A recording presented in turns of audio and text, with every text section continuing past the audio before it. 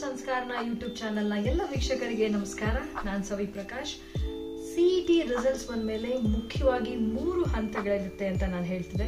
Documentation verification, option entry, ಮತ್ತೊಂದು seat allotment. Documentation verification ಹಾಗೂ option entry ಬಗ್ಗೆ ನೀವು ಈಗಾಗಲೇ ಆ ವಿಡಿಯೋನ ನೋಡಿದಿರಾ. ನೋಡಿಲ್ಲ ಅಂತ ಹೇಳಿದ್ರೆ ದಯವಿಟ್ಟು ನೋಡಿ. ನಮ್ಮ ಯೂಟ್ಯೂಬ್ ಚಾನೆಲ್ನ ಸಬ್ಸ್ಕ್ರೈಬ್ ಆಗಿ ಲೈಕ್ ಮಾಡಿ ಅಂತ ಹೇಳ್ತಾ, 3ನೇ ಹಂತ ಅತ್ಯಂತ ಮುಖ್ಯವಾದಂತಹ ಹಂತ ಅಂತ ಹೇಳಿದ್ರೆ ಸೀಟ್ ಅಲಾಟ್ಮೆಂಟ್. ನೀವು ಆಪ್ಷನ್ ಎಂಟ್ರಿಯಲ್ಲಿ ಯಾವೆಲ್ಲ ಸೀಟ್ಗಳು ಬೇಕು ಅಂತ ಕ್ರಾನಲಾಜಿಕಲ್ ಆರ್ಡರ್ ಆಗಿ ಅಂತ ಹೇಳಿದ್ರೆ ನಿಮ್ಮ ಇದ್ರ ಆಯ್ಕೆ ಪ್ರಕಾರ ರ್ಯಾಂಕ್ 1, ರ್ಯಾಂಕ್ 2 ತರ ಆಪ್ಷನ್ ನ ಆಯ್ಕೆ ಮಾಡ್ಕೊಂಡಿರ್ತೀರಿ. ಸೀಟ್ ಅಲಾಟ್ಮೆಂಟ್ ನಲ್ಲಿ 3 ರೀತಿಯಲ್ಲಿ ನೀವು ಆಯ್ಕೆ ಮಾಡ್ಕೋಬೇಕಾಗುತ್ತೆ. ಒಂದು ಚಾಯ್ಸ್ 1, ಚಾಯ್ಸ್ 2, ಚಾಯ್ಸ್ 3, ಚಾಯ್ಸ್ 4 ಅಂತ ಕೂಡ ಇದೆ. ಅದ್ರ ಬಗ್ಗೆ ನಾನು ಆಮೇಲೆ ಮಾತಾಡ್ತೀನಿ. ಚಾಯ್ಸ್ 1 ನಲ್ಲಿ ಏನಾಗುತ್ತೆ ಅಂತ ಹೇಳಿದ್ರೆ, ನೀವು ಆಪ್ಷನ್ 1 ನಲ್ಲಿ ಯಾವುದೋ ಒಂದು ಕಾಲೇಜನ್ನ ಆಯ್ಕೆ ಮಾಡ್ಕೊಂಡಿರ್ತೀರಾ. RV ಕಾಲೇಜ್ ಆಗಿರ್ಬೋದು, BMS ಕಾಲೇಜ್ ಆಗಿರ್ಬೋದು, ಅಥವಾ JC ಕಾಲೇಜ್ ಆಗಿರಬಹುದು. ಈ ರೀತಿ ಕಾಲೇಜ್ನ ಆಯ್ಕೆ ಮಾಡ್ಕೊಂಡಿದ್ದಾಗ ನಿಮ್ಮ ಫಸ್ಟ್ ಸೆಲೆಕ್ಷನ್ ಅಲ್ಲೇನೆ ನಿಮಗೆ RV ಕಾಲೇಜಿನ ಕಂಪ್ಯೂಟರ್ ಸೈನ್ಸ್ ಸಿಕ್ತು ಅಂತ ಇಟ್ಕೊಳ್ಳಿ. ಅದು ನಿಮ್ಮ ಚಾಯ್ಸ್ 1 ಅಂತ ನೀವು ಆಪ್ಷನ್ ನ ಸೆಲೆಕ್ಟ್ ಮಾಡಿದ್ರೆ ಅದು ನಿಮ್ಗೆ ಸೆಲೆಕ್ಷನ್ ಆಪ್ಷನ್ ಇರುತ್ತೆ. ಚಾಯ್ಸ್ 1 ಅಂತ ಮಾಡಿದ್ರೆ ನನಗೆ ಈಗ ಒಂದು ಯಾವ್ದು ಅಲಾಟ್ ಆಗಿದೆಯೋ ಅದು ನನಗೆ ಇಷ್ಟ ಇದೆ, I am okay with this ಅಂತ ಹೇಳಿದ್ರೆ ನೀವು ಅದನ್ನ ಚಾಯ್ಸ್ 1 ಅಂತ ಮಾಡಿದಾಗ ಮುಂದಿನ ಪ್ರಕ್ರಿಯೆ ಪ್ರಾರಂಭವಾಗುತ್ತೆ. ಮುಂದಿನ ಪ್ರಕ್ರಿಯೆ ಏನು? ನೀವು ಅದಕ್ಕೆ ಡೌನ್ಲೋಡ್ ಮಾಡಿಕೊಂಡು ಪೇಮೆಂಟ್ ಅನ್ನ ನೀವು ಕಟ್ಟಬೇಕಾಗುತ್ತೆ. ಆ ಪೇಮೆಂಟ್ ಅನ್ನ ನೀವು DD ತಗೊಂಡ್ ಮಾಡ್ಬೋದು, ಅಥವಾ ನೆಫ್ಟ್ ಅಲ್ಲಿ ಮಾಡ್ಬೋದು, ಮೊಬೈಲ್ ಬ್ಯಾಂಕಿಂಗ್ ಅಲ್ಲಿ ಮಾಡ್ಬೋದು. ಬಹಳಷ್ಟು ಬೇರೆ ಬೇರೆ ಆಪ್ಷನ್ ಅಲ್ಲಿ ನೀವು ಪೇಮೆಂಟ್ ನ ಆನ್ಲೈನ್ ಅಲ್ಲೇ ಮಾಡ್ಬೇಕಾಗತ್ತೆ. ಅದಾದ್ಮೇಲೆ ನಿಮಗೆ ಕಾಲೇಜ್ ಅಲೋಕೇಟ್ ಆಗುತ್ತೆ.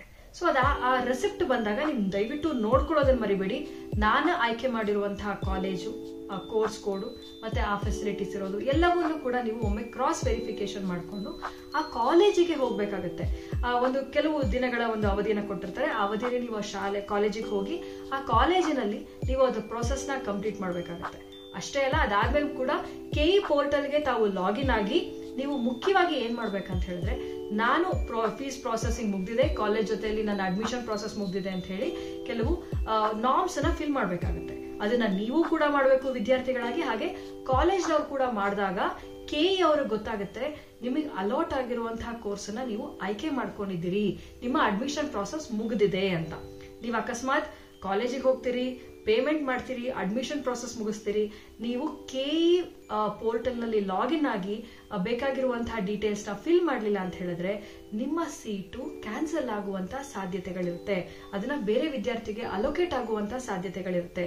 ದಯಮಾಡಿ ಇವೆಲ್ಲವನ್ನ ಸ್ಟೆಪ್ಸ್ ನೀವು ಫಾಲೋ ಮಾಡಬೇಕು. ಇದು ಚಾಯ್ಸ್ 1. ಹಾಗಾದ್ರೆ ಚಾಯ್ಸ್ 2 ನಲ್ಲಿ ಏನಾಗುತ್ತೆ ಅಂತ ನೀವು ಕೇಳಿದ್ರೆ, ನಾನು 1 ರಿಂದ 50 ಕಾಲೇಜ್ಗಳನ್ನ ಆಯ್ಕೆ ಮಾಡ್ಕೊಂಡಿರ್ತೀನಿ. ನನಗೆ 25ನೇ ಯಾವುದೋ ಒಂದು ಸ್ಟೇಜು ಅಲೋಕೇಟ್ ಆಗಿರುತ್ತೆ. ನೀವು ಅದನ್ನ ಚಾಯ್ಸ್ 2 ಅಂತ ಕೊಟ್ರೆ, ನನಗೆ ಅಲೋಕೇಟ್ ಆಗಿರೋದು ಇಷ್ಟ ಇದೆ, ಆದ್ರೆ ಇದಕ್ಕಿಂತ ಉತ್ತಮವಾಗಿರುವಂತಹ ಅವಕಾಶ ಸಿಕ್ಕಿದ್ರೆ ನಾನು ಅದನ್ನ ಆಯ್ಕೆ ಮಾಡ್ಕೋತೀನಿ ಅಂತ ಹೇಳ್ತಾ ಇದ್ದೀರಿ ಅಂತ. ಅವಾಗ ಏನಾಗುತ್ತೆ, 26ರಿಂದ 50ರವರೆಗೂ ಏನಿರುತ್ತೆ ಅದು ಡಿಲೀಟ್ ಆಗೋಗುತ್ತೆ. ಸೊ 1 to 25 ನಿಮಗೆ ಅಲೋಕೇಶನ್ಗೆ ಓಪನ್ ಆಗಿರುತ್ತೆ, 25 ಅಲೋಕೇಟ್ ಆಗಿರುತ್ತೆ.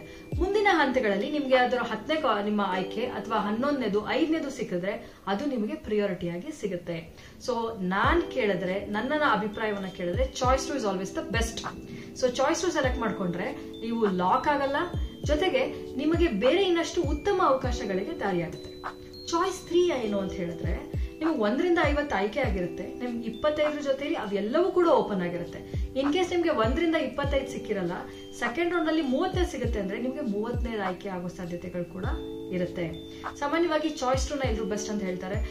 ಮಿಡ್ಲಲ್ಲಿ ಬಹಳಷ್ಟು ವಿದ್ಯಾರ್ಥಿಗಳಿಗೆ IITL ಸಿಗುತ್ತೆ, ಮೆಡಿಕಲ್ ಸಿಗುತ್ತೆ, ಆಯುರ್ವೇದ ಸಿಗುತ್ತೆ, ವೆಟರ್ನರಿ ಸಿಗುತ್ತೆ. ಸೊ ಅವ್ರು ಬಿಟ್ಟೋಗೋ ಸಾಧ್ಯತೆ ಇದ್ದಾಗ ನಿಮ್ಗೆ ಇಂಜಿನಿಯರಿಂಗ್ ಸೀಟ್ಗಳಲ್ಲಿ ವ್ಯತ್ಯಾಸಗಳು ಕಂಡು ಬರುತ್ತೆ.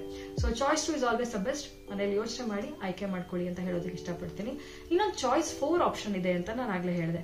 ಈ ಚಾಯ್ಸ್ 4 ಆಪ್ಷನ್ ಏನು ಅಂತ ಹೇಳಿದ್ರೆ, ನನಗೆ ಇದು ಯಾವುದೂ ಬೇಡ, ನಾನು ಮ್ಯಾನೇಜ್ಮೆಂಟ್ ಕೋಟಾದಲ್ಲಿ ಹೋಗ್ತೀನಿ, ಅಥವಾ ನಾನು ಬೇರೆ ಇನ್ಯಾವುದೋ ಕೋರ್ಸ್ ಆಯ್ಕೆ ಮಾಡ್ಕೊತೀನಿ, ಡಿಪ್ಲೊಮೊ ಮಾಡ್ತೀನಿ, ನಾನು ಬೇರೆ ವ್ಯವಸ್ಥೆ ಮಾಡ್ಕೊಳ್ತೀನಿ ಅಂತ ಆಲೋಚನೆ ಬಂದ್ರೆ, ನೀವು ಚಾಯ್ಸ್ 4 ಅನ್ನ ಆಯ್ಕೆ ಮಾಡ್ಕೊಂಡ್ರೆ ನೀವು KE ಬೋರ್ಡ್ ಅಲ್ಲಿ ಅಲಾಟ್ಮೆಂಟ್ ಏನೇನ್ ಆಗ್ತಿರುತ್ತೆ ಆ ಪ್ರಾಸೆಸ್ ಇಂದಾನೆ ಹೊರ ಬರ್ತೀರಿ. ಸೊ ಚಾಯ್ಸ್ 1 ಲಾಕ್ ಆಗುತ್ತೆ, ನೀವು ಅಡ್ಮಿಷನ್ ಪ್ರಾಸೆಸ್ ಮುಗಿಸ್ಬೋದು. ಚಾಯ್ಸ್ 2 ನೀವು ಇನ್ನೂ ಕೂಡ 3 ವಿವಿಧ ಹಂತಗಳಲ್ಲಿ ರೌಂಡ್ಸ್ ನಡೆಯುತ್ತೆ. ಆ 3 ಹಂತಗಳಲ್ಲಿ ಬಹಳಷ್ಟು ಸೀಟ್ಗಳಿಗೆ ಅವಕಾಶ ಇರುತ್ತೆ. ಸೊ ಚಾಯ್ಸ್ 2 ಕೊಟ್ಟಾಗ ನಿಮ್ಗೆ ಅಲಾಟ್ ಆಗಿರೋದ್ರ ಜೊತೆಯಲ್ಲಿ ಬೆಸ್ಟ್ ಆಫ್ ದಿ ಅಬೋವ್ ನಿಮ್ಮ ಆಪ್ಷನ್ಸ್ಗೆ ಅವಕಾಶ ಇನ್ನೂ ಓಪನ್ ಆಗಿರುತ್ತೆ. ಚಾಯ್ಸ್ 3 ಇದ್ದಾಗ ಬೆಸ್ಟ್ 2 ಇರುತ್ತೆ, ಹಾಗೆ ನಿಮ್ಮ ರ್ಯಾಂಕಿಗೆ ಅಲಾಟ್ಗಿಂತ ಕೆಳಗಡೆ ಆಪ್ಷನ್ಸ್ ಕೂಡ ಆಯ್ಕೆ ಇರುತ್ತೆ. ಚಾಯ್ಸ್ 4 ಅಲ್ಲಿ ನೀವು ಕೆ ಇಂದ ಹೊರಗೆ ಬರ್ಬೋದು.